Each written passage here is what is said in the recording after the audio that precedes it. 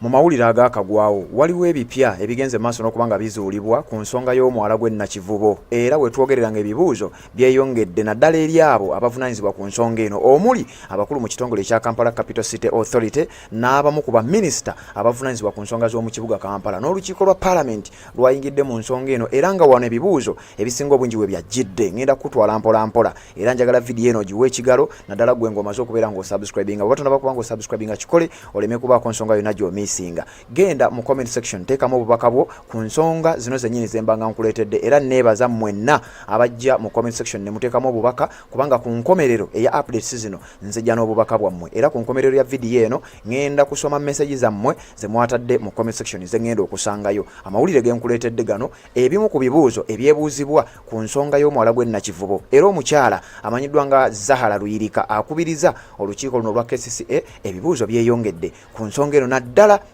engeri gye yakwatiddwamu olunaku olwajjo nga wayise essaawa mbale Zahara Luyirika nga akubiriza olukiiko lwa Kampala Capital City Authority yayise olukiiko olw'amangu era mu lukiiko luno ng'ayise bakansala bonna abatuula ku lukiiko luno lwa KCCA n'abaako abakungu be yayise omwabadde ne Road Mayor Ssaalongo Erias Lukwago babeeko engeri gye batematemamu ensonga zino ez'omuwala gw'e Nakivubo gye buvuddeko wabaddewo ekipapula ekitambuzibwa nga kino ekipapula kiraga nti olukiiko lwa KCCA lwawa Hamisi Kigundu ne kampani ye olukusa okugenda maaso n'okubanga azimba ku muwala gw'e Nakivubo ekintu Zahara Luyirika ne bakansala kye beegaanye era ebigambo ebyo byali byayogerwa Erias Lukwago kakati abamu ku bannayuganda balina endowooza nti Erias Lukwago Zahara Luyirika n'abamu ku bakansala balabika balina omupango oba olyawo nga ddiiru yayise n'ebirala ebifaanana bwe bityo naye ffe tukuwa amawulire nga bwe gali Zahara Luyirika ng'ayise olukiiko olwa Kampala Capital City Authority mu budde bwe bumu nga ne Medali Lubega Sseggona n'akakiiko aka Kosase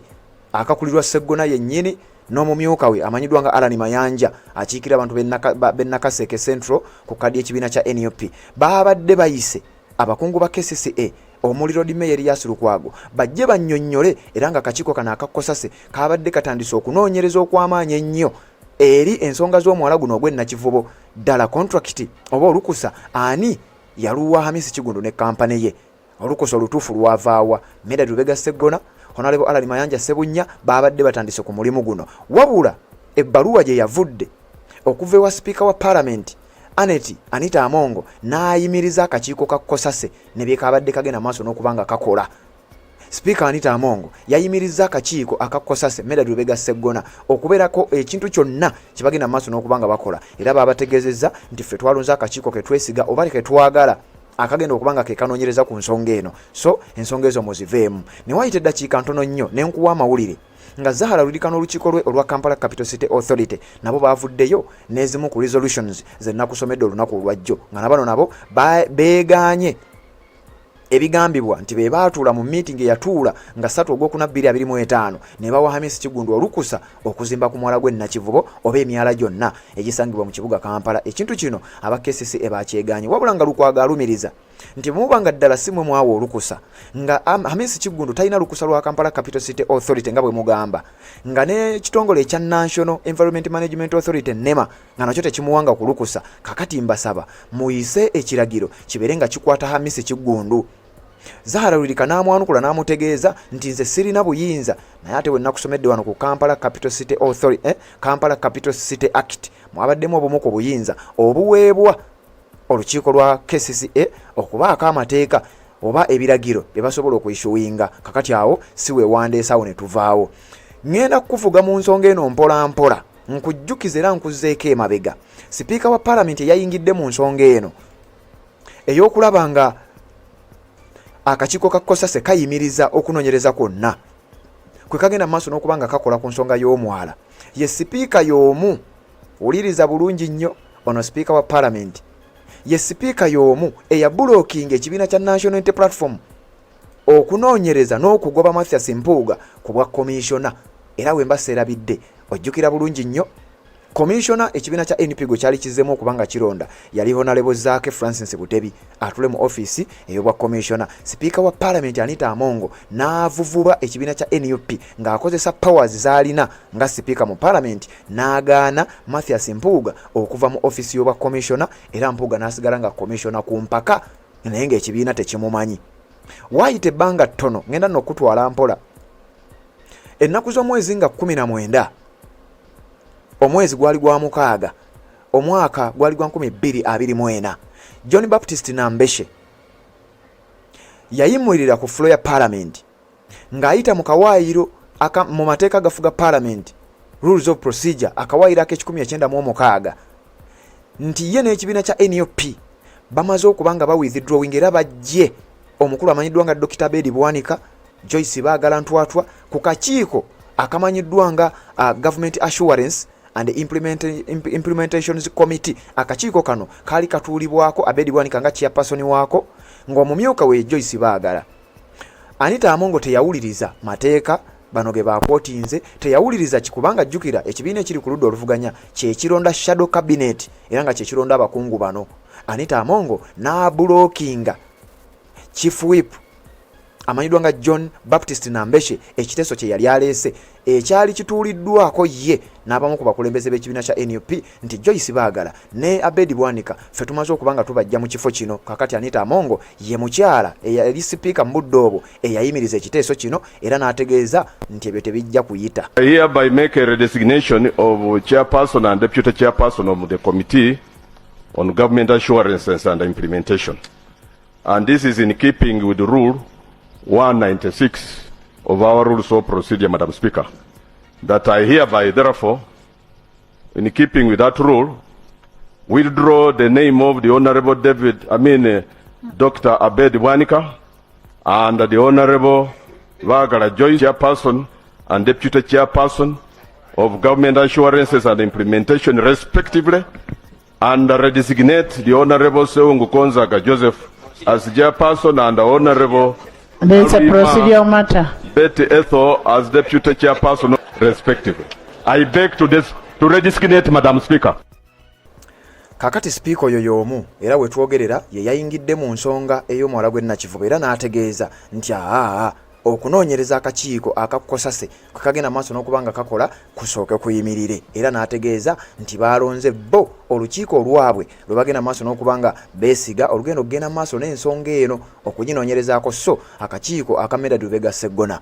Honorable Alan Mayanja Ssebunya abaalondebwa ekibiina ekya National Unity Platform we twogerera nga bo tebakyasobola kugenda maaso na nsonga eno era Sseggona yalabiddwako omusajja wattu nga apaakinga n'ebintu bye nga oba oli awo ekiragiro kya Speaker wa Parliament kimaze okubeera nga kiyita era nga kimutuukako nti ssebo ensonga eno sooka ogiveemu ensonga eno sooka olekeraawo ogenda maaso n'okubanga onoonyereza tugenda kubanga ffe twenoonyerereza tugenda kubanga ffe tukola ekyo kye tusobola okulaba ng'ensonga tuginoonyereza akakiiko kakosase ne bakagoba mu nsonga Sipiika akubiriza Parliament eyayimiriza ensonga ey'okujja Abedi Bwanika ne Joyce Baagala ku kakiiko kali nga John Baptist Nambeshe ayimuse naku z'omwezi zaali nga 19 gwa mukaaga 2024 ye sipiika y'omu ye yayimirizza okunoonyereza ku nsonga z'omuwala gwe Nakivubo olowooza kyandiba ki ekiri emabega w'ensonga eno nakugambye byonna ngenda kubeera nga mbikuleetera kati nga sinaba kubanga nkutwala eyo njagala nsooke nkulaga embeera nga bwe yabadde nzija ate mbeere nga nkwongera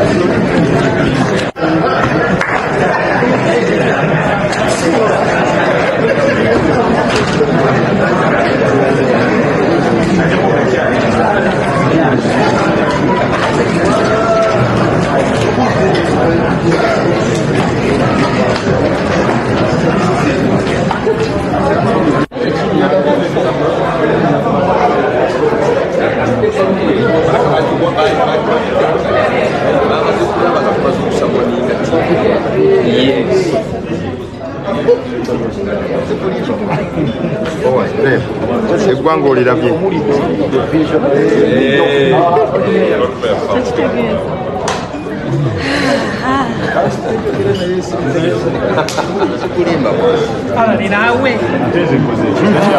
nze mugambye balo tebagimanyisize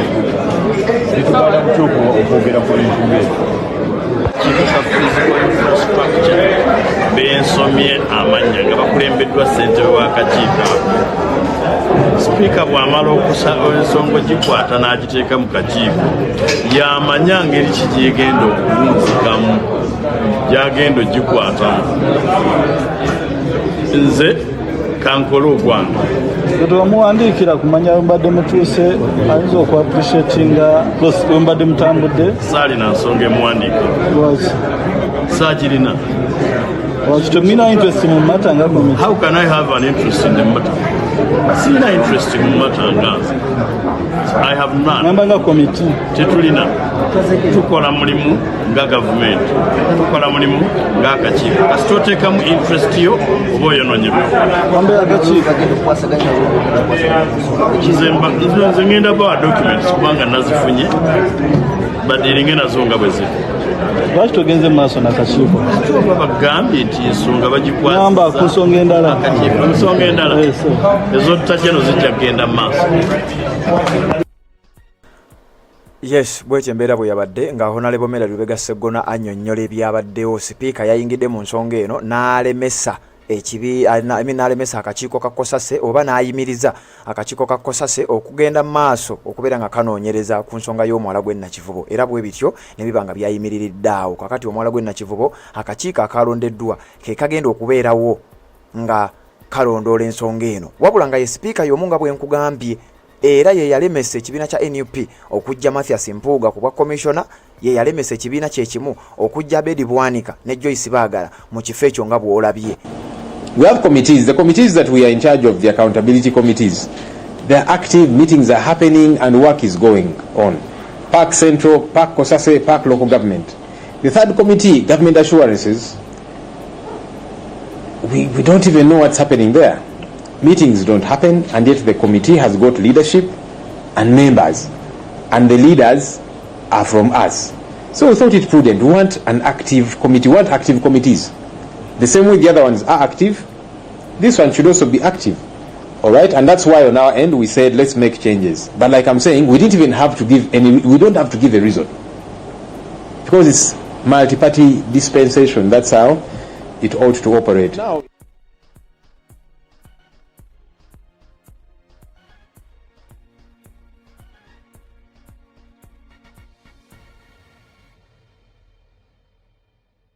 na Uganda ekintu kyenjagala omanye ne bannakampala bannange, ensonga Museveni gyatufugisize gye emyaka gyonna tebadde etteeka ennene nnyo nti munduze oba biki, tebakulimba. Museveni abadde atufugisa kintu kye bayita politics of deception, nti atya nti ffe tukwata trust yaffe ne tugiteeka mu bantu abatono nga tulowooza nti abantu bano bagenda kujjako Museveni, naye nga in actual sense nabo bennyini babeera bakolera system. Okyegere kintu ekyo bayita politics of deception. Wenjogerera bino nga batugambye mbu Kosase kintu kya KCCA olukiiko ebiye era Anita Amongo wa NRM atadde wa akakiiko kanoonyereze kwa Miss Kigundo wa NRM bwe babadde ki omwala, naye nga akantu kano Kosase Mera Lubega Sseggona kyaliwa Elias Lukwago yatula ku Kosase munne wa Mpuuga era yomu kubagana okukola ki okusayininga nga Mpuuga akoze ki abye bitano. Njagala munna Uganda, njagala muyige ekintu kino kubanga ekintu kino according ku videos ezitambula wano munnange zindaga nti ba revolutionaries abamu oba comrades abamu kuno they learn nothing, tebalina kye bayiga bo eva babeera balekanya mu events eziba zituuseewo nenga event ye yeyitawo nga talina kyayize. Njagala jukire mu kintu kya Mpuuga wano tumala mukwata mu bubbi bwa sente. Mpuuga yagenda mu kooti neyewowaabira, wamala okwewowaabira mu kooti yenyini neyewozesa mu kooti, weyamala okwewozesa mu kooti ate n'agwesalira mu kooti, weyamala okwesalira mu kooti n'aguza mu parliament ne bakugamba mbu parliament esobola kusalawo ku kintu nga kooti yakoze eki yakisazeewo dda. Wabula ate wetwajja waneno mu kuyisa amendment bill ez'abasibe okujja okusibira abantu baffe mu kooti martial, ate parliament munange yabikubaganyako ebirowoozo. Ndowooza okyaba ekintu ekyo, that is called politics of deception. Kaakati z'ensonga eziriwo eza Zahara, njagala nkulage nti statement Zahara Luyika zayimiriddeko okutugamba mbu bo bejjeeredde omusango gy'oli bye babyeropa, omusango guli mu kooti y'abantu ffe tusalawo bamwejjeeredde bate munnaba. Zahara Luyika muli babbi, nkiddamu muli babbi. Munnayuganda njagala ngenda kukulaga abantu bano bubbi olabe netteeke just ntono nnyo bweti Zahara Luyika gy'abazanyisa. Ebigambo byennyini Zahara Luyika byayogedde mbu Kosase byayimiriddeko okuyiwa akantu ako mbu era baminisita bye bakola ebintu ebyo. Njagala olabe ntino kyennyini press conference we yatulanga enaku z'omwezi 22 Zahara Luyika agirimu ne Elias Lukwago era ayogera ekintu ekyo kyennyini kyewuunyisa kiti okuba nti Kosase ate byayogedde ate era ne Zahara Luyika ate era naye bye baaliko ne Elias Lukwago enaku z'omwezi 22. Tugende mpola nakugambye bino n'ab'ekitezi namwe ngenda bawa justice kubanga namwe fayiro yammwe nina wenjituuse. Zahara Luyika babba ssente zammwe ne ba councillors. Njagala twetegereze video eno oba tolina budde bugimalayo gireke. muna Kampala njaga tufune kino kituwe ekyokuyiga mulawubiwa Elias Lukwago ne Zahara Lulika ne bakansalazi betwasindika okukuuma ne tubagamba mukuba enduulu okitegera badde wadda mu kusala ddiiro njagala owuliriza tugenda kusooka na press conference eyaliwo wakati wa Zahara Lulika ne Elias Lukwago naye nga Elias Lukwago yakamala okutuwa listi y'abakansalazi abakola ki abagabira Miss Kigundo omwalo ogwo nkugambye Elias Lukwago yayagala okulabisa ekibiina kyaffe yamaliriza yekubidde akabazi kugulunga exposes enkwezengeza zonna ezibalemeseza leero okunominatinga n'okuvetinga abagenda okwesimba mu politics kati bazirinze zijje naye nze Shama defending ekibiina ngenda bakubira ensolima zino we bagenda ozimira kadi nga tezikyalina kyatugamba just watch the space and watch me katusoke tuve mu press conference bafuna ebyapa ku mwala gwenda Kivubo irusanze nabo bajja bagitwala nga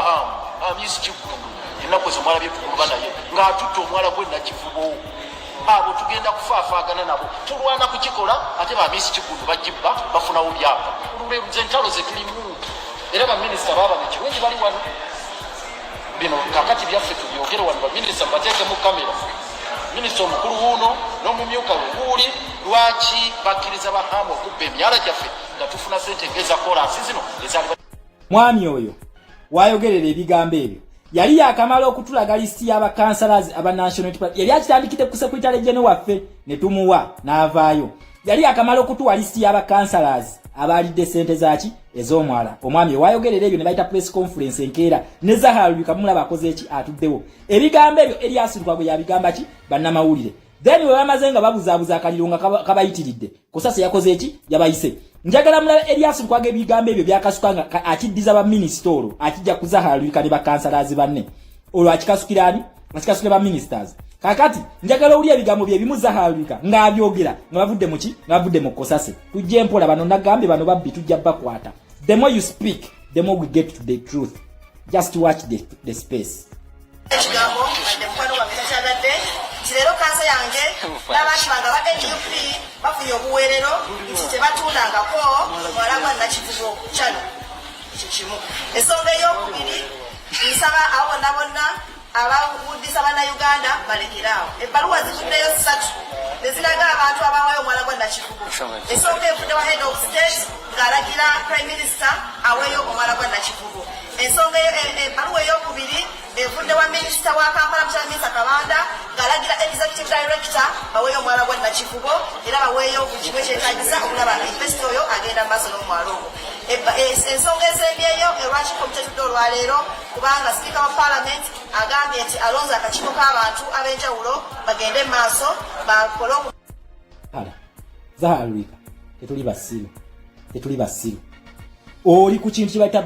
burden of guilt yekubonyabonya burden of guilt yeri mu kubonyabonya Elias Lukwago mukamaawo yakwokyezza we yamaze okwokya kati oli yange gye mugenda okukijjako mu kikasukire ba ministers kubanga mukimanyi tibwate tusobola kuba holding accountable naye musaaga mwe twabasindikayo ne tubagambe emivyo gye nagyo negibagizze mwe mukube enduulu tulabise ebbanga yonna mubadde musirise Elias Lukwago senga teyetemedde kabazi kuguluye senga nakati mukyasise mbadde mugenda sirika pakaddi nga ne kansala omu yagambye nti Elias Lukwago wabanga asazewo beeyuze kabeeyuze munna Uganda nakugamba ku sente z'omu kiteezi siwe kyali World Bank yakwata KCCA ne baba wa sente okola ku nsonga zitaka before ngettaka yo terina yimbumbukira abantu wabula ebintu bino byavaayo ngettaka eryo limaze okukola ki okubumbukira abantu nti bagula ettaka eddundu wabula ettaka eryo Elias Lukwago n'alibba lwaki bivaayo kati just watch this nakugambye bano babbi twabasindika kutukuumira gundi gate bagula obuguzi njagala olabi bo bennyini nga beeyogerera nakugambye n'ensonga eno tugenda kumanya ensolima eziri mu nuupu awo ezeekwese Mpuuga we yali agenda abaana yabalika mu nuupu gye bali era balemeseza ebibiina ebyo ebibiri okunominatinga abantu balinda nsolima zaabwe bazikozesa against us not to my watch mwe musaaga musobola konvisinga abalala batamanyi naye nze Shama tonsiriwaza ekyo kyombabuulira kino temugenda kunsiriwaza njagala olabi bano nga boogera ku kintu ky'ekiteezi omuntu akikola bintu nga Lord Mayor naye tutandise naffe twetandiseeko Lord Mayor wa Kampala obubbi bwonna bw'ozookola tugenda kubuwaayo era twamugambye tugenda kweswaza nga gwotuswaza mu bulimba tugenda kuswaza mu mazima ensi mu myezi 2 oba gumu oba lunaku egenda kusalawo ani mutuufu ani mukyamu Lord Mayor ye yaviirako abantu be Lusanja ab'ekiteezo okufa Lord Mayor yabbe ettaka lya Kasasiro n'alitunda n'aliguza abantu. Twatuuse okutransferinga abantu tubajje ekiteezi oba tutransferinge Kasasiro tumutwale gye twagula ow'okumuteeka ng'ettaka Lord Mayor twagenda. Thank you very much Farida Nakabugo. Mwenna bagambye musobola okusiriwaza abalala bonna musobola obbasiriwaza naye nze sirimu be mugenda okusiriwaza sirimu. Yes, nabagambye sirimu. Ndowooza owulidde Farida Nakabugo ng'ayogera ku zino ssente zino zembaganze nabagambye eza KCCA World Bank ziyakwata n'ebawa ssente bazibba. Ettaka eryo babadde nga basisera Farida Nakabugo akugambye kati yesawa tuweswaze ebbanga lyo nalyo namwe batali ba beneficiaries betwasindika ogenda okulaba laba n'okulabisa system eno corruption agenda maaso lwaki mbadde musirise ettaka ly'ekiteezi lyabumuluka nelikuwa abantu oshegere abadya yabo nga basirise nenga sente zo najja nenzibalaga nembagamba World Bank yawadde KCCA sente okusobola okukola ku nsonga za kiteezi oshegere bagule ettaka abantu bano kye bali balina okukola ettaka lino we lyabumulukira abantu nabbanja yagendayo wano olaba wano mufo kyokwata sente zo bagambe nti bannange olwedde ettaka twaligulade ettaka lino tuliweki licompensating abantu abo basirika nga nabbanja ali mukuwa abantu b'ekiteezi miliyoni meka 2 kakati bakulu mwagala tunenyesha Mimu Malende atali speaker wa KCCA wetwagala mwagala tunenye kubanga nawulidde n'abamu nga bawoza abatabitegeera bano oba yabadde Umaru Kisekka nga woza mbu abamu olwokubanga balina gwe badifendinga kakati batandise okubira muzahala mukulu ensonga zino oba tozitegeera sirika oba tomanyi kintu kye bayita fisa democracy wekikola please weewummuzeeko nkusaba busabi weewummuzeeko otherwise zijja kuddamu zitokote kuba mulayika mwena mwe mulowooza tuli basiru osegera ekintu ekyo abantu bano ettaka eryo abantu b'omu kiteezi nga tebannaligira lwaki badde basirise ebbanga lyonna lyonna abantu ne batuuka okubonaabona nabbanja abawe miliyoni 2 wezi abantu abafiiddwa ettaka lyabo naye nga waliwo miliyoni za US dollars 6 ezafuluma ku KCCA olw'ensonga ezo lwaki ebbanga lino lyonna lyonna mubadde musise where is your honesty ndi ku kintu kye bayita integrity where is it bakulu tutegeera kakati